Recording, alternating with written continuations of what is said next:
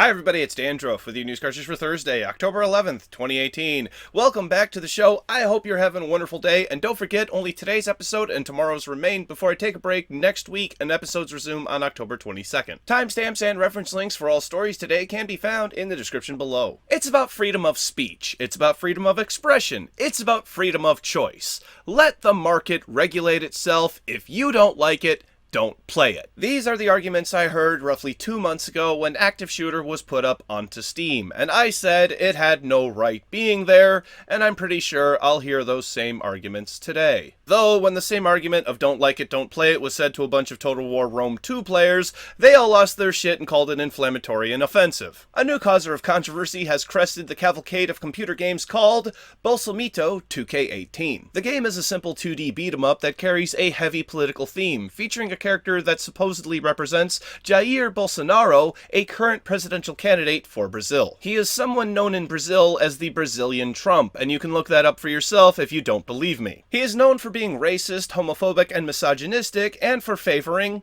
torture. Yes, you heard me correctly. Torture. The game's own description says it's motivated by the current Brazilian political climate and features protesters and cross-dressers you're able to beat up. So then, Dandruff, what problem would you have with a game featuring Mr. Bolsonaro? I don't know, how about everything? This is another game that I think has every right to exist if it has to, if the owner wants to sell it on their own or other platforms, but I don't think it has any right being on Steam. I have no problem with games featuring political figures, but this one is obviously just done to cause controversy, and I hope that Valve would realize this and classify it as trolling. And please use your better judgment here. We do not need a game featuring a man who told a fellow congresswoman he would not rape her because it wouldn't be worth it. Could we all agree on that? Please? This is exactly what I'm talking about with curation. If Valve would actually take a look at the products they're selling, then they can make judgment calls based on what's in their best interest legally and avoid government investigations like this altogether. In release announcements, we have Fortnite coming to all qualifying Android devices, and you will want to check out the list to see if the game is compatible. From my understanding, you need a phone with at least 3 gigs of RAM running Android 8.0 or higher and an Adreno 530 GPU. I have no idea about cell phone graphics cards, but I do know that my little J3 doesn't cut it. Also coming to mobile is a free-to-play Assassin's Creed spin-off game coming on November 21st. The first LEGO Overwatch set has been released and features Bastion and Ganymede, and can be purchased for $25 or 22.5 British pounds. And then finally, we have some DLC coming to Cities Skylines, bringing industry and all the environmental hazards that come with it. It promises 5 new maps, new buildings, new city surfaces, and a whole lot more, all coming on October 23rd. Moving on to update news, with Niantic saying they will be changing the effectiveness of Pokemon in battle in Pokemon Go. What this will result in is nerfing Pokemon who have high defense and high HP, like Blissey, who is known to be a gym holder for having so much HP, lower level trainers have no chance of defeating them, even with a type advantage. They don't want opponents to simply outlast their challengers and run out the clock. I personally have encountered this and have trouble defeating even low level Blisseys. Mid-level ones, I don't stand a chance. What's your favorite Pokemon to leave at a gym in Pokemon Go? Let me know in the comments. Moving on from there, EA announced today they will be releasing a Command & Conquer Anniversary Edition set to launch in 2020. It's to celebrate the 25th anniversary of the game's first release, and right away I'm going to address the concern that everyone has, because it's EA.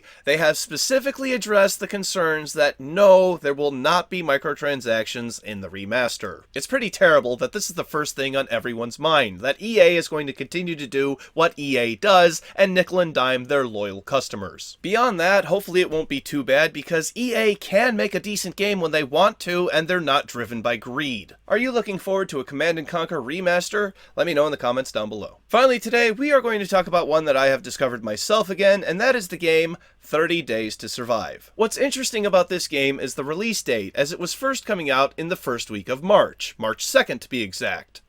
Then it was coming out the second week of March, then the 3rd, then the 4th. March turned to April, then to May, then June, July, August, September, and here we are almost the middle of October, and the game has been releasing every day of every week. I don't know why, but it only seems to record when a game changes release dates from Friday to Monday, as you see here. Every red date is a Friday, and every green date is a Monday. It's not a problem if a developer has to delay their game for whatever reason, but after more than 6 months of this, it's pretty clear that this is being done to manipulate the upcoming game releases section. Valve, what the hell are you doing? knowing not only are you now under investigation from the Brazilian government, but why have you allowed a developer to blatantly abuse your system for so long? Give these developers a limited number of times in a 90-day period that they can delay their game. 5 would be enough. If that developer doesn't have it figured out in that much time, then they are not ready to release their game and shouldn't keep pushing it back day by day for free advertising. These games release tomorrow and not months from now. It's time for tomorrow's game releases. For PC, War Party, Grim Knights, and Call of Duty Black Ops 4. For PlayStation 4, Call of Duty Black Ops 4. For Xbox One, Call of Duty Black Ops 4, and Guns, Gore, and Cannoli 2. For Nintendo Switch, The World Ends With You Final Remix. For Nintendo 3DS, Luigi's Mansion. Thank you very much, everybody. This has been News Cartridge. I am Dandruff. I will see you tomorrow. And today I saw a chameleon. Needless to say, it was a shitty chameleon. That's such a stupid joke. Click over here to watch today's bonus episode, which is about Activision trying to sell children's toys to adults. Click down here to watch yesterday's episode, which is about Sony allowing PSN name changes next year. Both of those links are in the description down below, and click over here to subscribe to my wonderful, wonderful channel. Thank you. See you tomorrow for Friday. Bye-bye.